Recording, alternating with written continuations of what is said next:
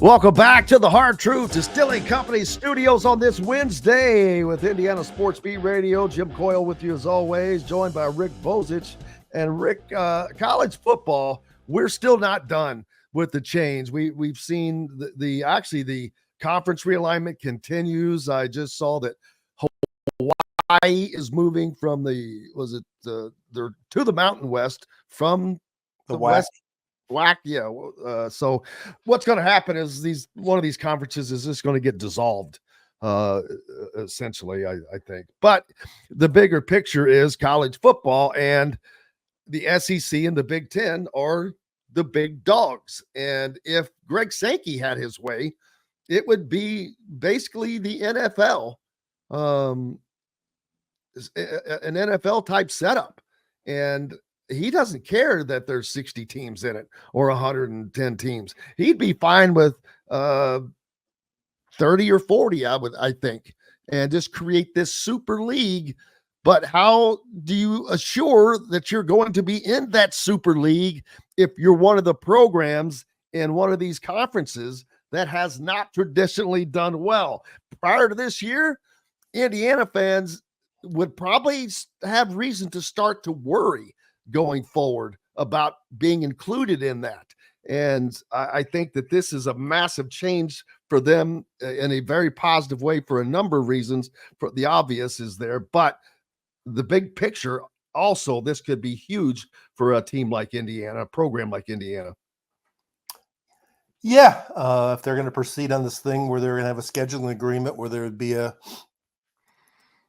collection of early season high-powered SEC Big Ten matchups, that they would put a couple of them on every Saturday and draw king-sized viewing numbers, which would enable them to add more money onto the television contracts.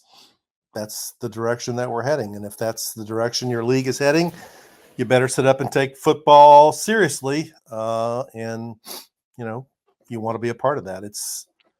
They claim they're not going for super leagues, but when you meet together in Nashville and it's just two leagues there, your actions say a lot. Absolutely. Now, I don't expect them to disclude some of the teams out, like Miami, Clemson. They have to be in it. Oklahoma's in the SEC now. Oklahoma State, or some of the other teams that are in the Big 12 that have come up. So but where there's going to be a line, and do we get to the soccer kind of a model to where you are relegated to up and down from the big boy league to the not the big such big boy league? Maybe. I mean, one of the key things is going to be how this plays out this year with the 12-team playoff. How many teams will the SEC and the Big Ten get in between those 12 spots? And then how do they perform once they're in the playoff? And if they fill 8 to 9 spots and the final 4 are all Big Ten or SEC teams, that'll just encourage them even more to keep pushing forward on their plan. Absolutely. And there's no doubt, I think, that it's going to happen. For one thing, there's nothing to stop them.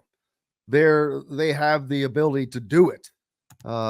And especially the Big Ten, they're now the TV situation. That's where there might be a big issue, because the Big Ten obviously is affiliated and aligned with the Big Ten Network under Fox.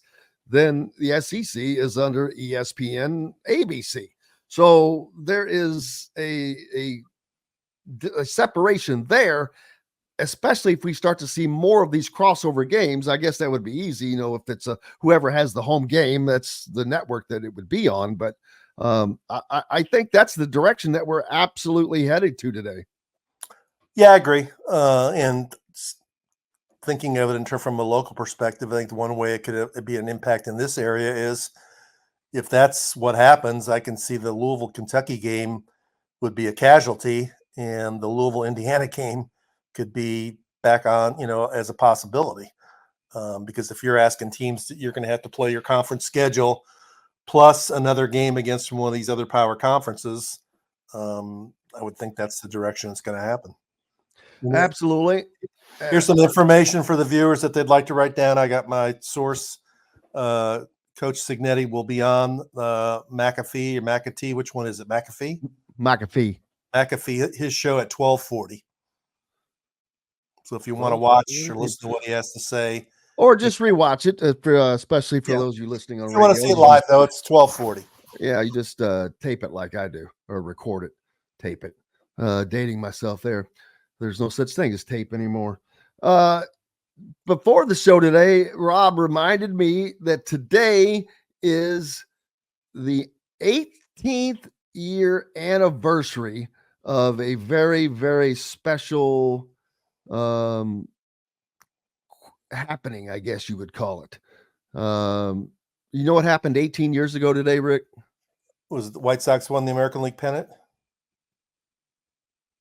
No, I said 18 years, not 1,800 years ago. That was 19 years.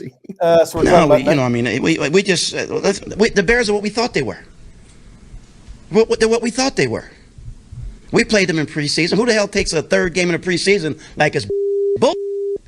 We played them in the third game. Everybody played 3 quarters. The Bears are who we thought they were. And that's why we took the damn field. Now, if you want to crown them, then crown their ass. But they are who we thought they were. And we let them off the hook. No, Yeah, I don't know. I still never understood what the hell he was talking about. I'm like, what is he so pissed about? I never understood that, but I've always enjoyed it and found the entertainment value in it. R.I.P. Denny Green. Yeah, 18 years ago, man. I guess he thought his team was better and the Bears really weren't that good, and he got tired of people talking about how good the Bears were. Yeah. He used to be the coach at Northwestern, so he probably got tired of not getting any pub because the Bears get all the pub in football. Oh, well, he should be there now. They'll have that brand new $800 million stadium up on the lake. Hey, like I said earlier, Northwestern, I was impressed by the way they beat Maryland last Friday night. I'm telling you, Jack Louse, their quarterback, has just improved every game. If you go back and look at his stats, the game before they played Indiana, they had a bye, but the game before he was like 8 of 27, 58 yards. He was terrible, awful. Indiana, he looked okay. And then the following week, he looked really good against another team that has a good quarterback. And so, that was impressive to do that on the road. So that win over Northwestern is going to look better and better. Rick, what's coming up for you this weekend? Obviously, you're coming to Bloomington for Indiana, the undefeated Hoosiers, number 16 in the AP poll, taking on the Nebraska Cornhuskers. Yeah, I mean, yesterday was Louisville Basketball Media Day. It was stunning to walk into the gym and see a team where every coach, every player, every equipment person, every trainer, every strength and conditioning guy was different. It's a total team makeover. They play their first exhibition game Monday night, but mainly I'm looking forward to being up there and seeing you on Saturday in Bloomington. Cannot wait, my friend. I got the email. Was it an email yesterday or leave early or something? Get there early. Get there early, baby. Get there early. Avoid the traffic and all of that because it's a noon kickoff. And with it being a sellout, you're going to have people coming in from out of town and any Nebraska fans. What's the weather forecast? Is that okay? Well, it's going to be beautiful, except it will be chilly in the morning. I'm not going to lie to you. So bundle up, baby. Bundle up. But looking forward with Tom Lane, so make sure you come up in the press box and say hello to us.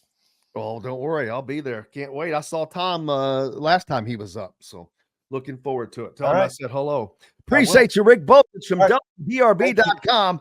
Join us here on Indiana Sports Beat Radio.